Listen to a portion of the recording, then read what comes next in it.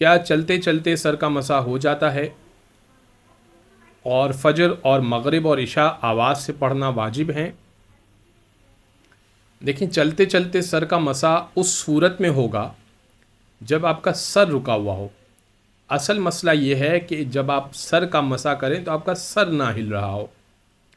अब अगर आप ऐसा कर सकते हैं कि आप चल रहे हों और सर ना आपका हिले, यानी सर आपका ठहरा रहे, यानी बहुत हल्का सा कोई चल रहा है, बहुत स्लोली कोई चल रहा है और सर अपनी जगह पर रखा हुआ है, तो ठीक है।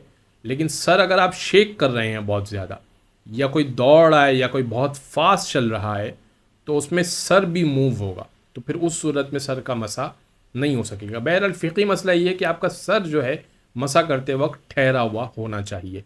अब आप चल रहे हैं या बैठे हुए हैं, इससे कोई फ़र्क नहीं पड़ता। दूसरी बात जो आपने पूछा कि फ़जर और मगरिब और इशा आवाज़ से पढ़ना वाजिब है, जी हाँ, फ़जर, मगरिब और इशा ये मर्द के लिए आवाज़ से पढ़ना वाजिब है, वो भी क़िरत यानी अलहम्द और सूरा।